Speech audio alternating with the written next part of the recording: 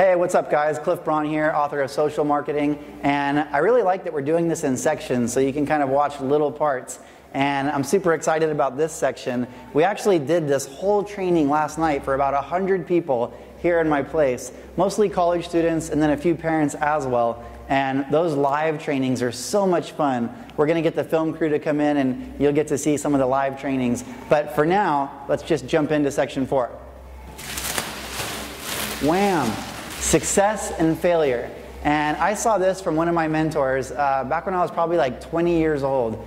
And he talked about how you are in success and failure, okay? I kind of believe in like free will and destiny at the same time. You know, a lot of people say, well, oh, I'm a Cancer, so I'm like this. This is just my personal belief on stuff like that.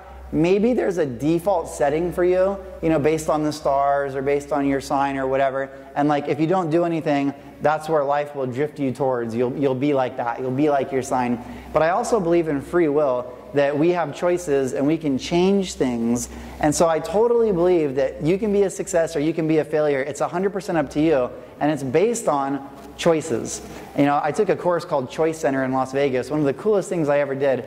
And they talked about how you've got to take responsibility for your life, whether it works or whether it doesn't work, because you created it based on thousands of little choices that you've made. There isn't one thing that you do, like one catastrophic event that's going to make you a success or a failure. You know, if you're a success or you're a failure, you've earned it over time with thousands of little decisions. So you can't cheat success and you can't cheat failure. If you get to either one of those, you earned it. But you can totally be either one. I mean, I never thought I was going to be rich and make millions of dollars and have exotic sports cars and all this great stuff.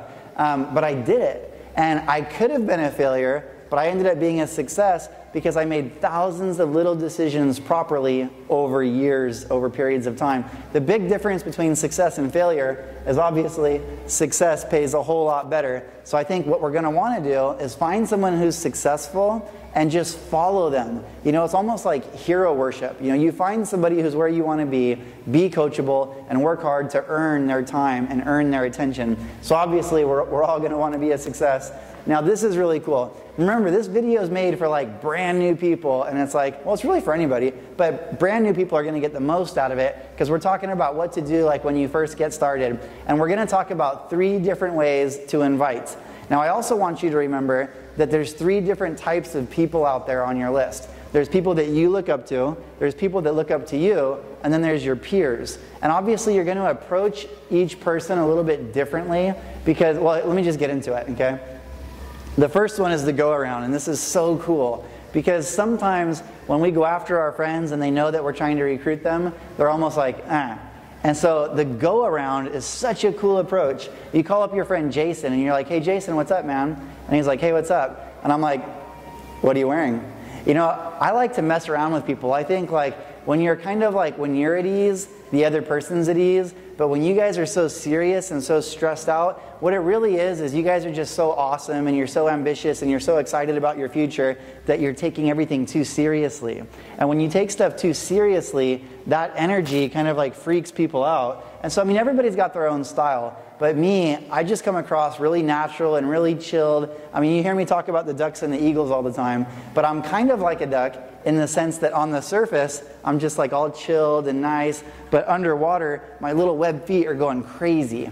And so anybody that knows me knows I never look like I'm working, but like I'm like a work ninja. I'm always working, I'm always recruiting, I'm always thinking, but it just doesn't look like I am because I'm kind of like unconsciously just doing everything right. And we'll talk, that's a really cool one too, we'll talk about that. But the go around is awesome. I call up Jason, I'm like, Jason, what's up, bro? And I joke with him, I talk to him, and I go, hey, I'm working on this new project. Do you know anyone that'd be interested in making like a couple $1,000s a month part-time?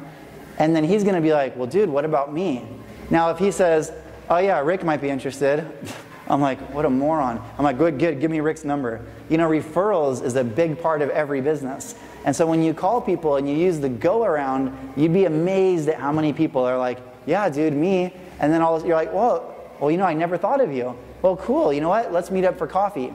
Now the key, no matter how you invite people, is never give details. Never. As soon as you give details, you're losing. Because every detail you give is going to bring on another question. And when the prospect is asking you lots of questions, you're going to feel like they're throwing punches at you, and you're like, oh my gosh, no. Because the person asking the questions is the person in control. And so a lot of times we give our friend a bunch of details because we think the more we tell him, the less questions he's going to have and the more interested he's going to be, and it's actually the exact opposite. And so never give details. It's almost like if you walked into a car dealership and you're like, yeah, what's the monthly payment on that BMW? They're not going to tell you. They're going to say, oh, why don't you come in, grab a seat. I mean, it's always like that, okay? So the go-around, great approach. Just ask your friends if they know anybody that would be interested, and again, you'd be surprised how many of them say they are. Second one, the opinion approach. Now this is cool. This is really cool. You guys are going to love this one, okay? When I first got started, I was 19 years old, working for minimum wage. I had every crappy part-time job you can think of. I worked at Blockbuster Video. I worked at 76 gas station. I walked dogs, washed dogs. I mean, just every crappy job. I worked at In-N-Out Burger. And so when I got started, I didn't have a lot of credibility or success behind me. And I was thinking, like, one person I really wanted to sign up was my girlfriend's dad. And at that time, my girlfriend was Lisa Anstead, super awesome, my first real girlfriend. And I was totally in love, like head over heels in love. And her dad was such a cool guy, and he was kind of like a pillar in the community. I mean, he was somebody that like everybody looked up to, and he was an engineer for Boeing. Super smart, successful. They had this big, beautiful home in San Juan Capistrano. And I just thought, man, if I could get Tony Anstead, if I could get him in the business, man, that would be super. But could you imagine me at 19 years old calling him up and being like, yo, Tony, what's up? Let me show you how to make that dollar. I mean, stupid, right? Obviously, he's not going to listen to me. I'm just a dorky 19-year-old kid with no business experience. And so I was taught the opinion approach. And so what I did, I can still remember calling their house, and he answered the phone, and how nervous I was. I mean, the phone felt like it was 1,000 pounds. I can still remember the phone number. I don't want to say it because then maybe one of you weirdos will like call them or something, and that would be strange. So, but I can remember calling, and he answered the phone, and I was so close to just saying, oh, hi, is Lisa there? And that would have been the easy thing to do. But when he answered, he's like, oh, hey, he's all Cliff, let me go get Lisa. And I was like, well, no, actually, I wanted to talk to you.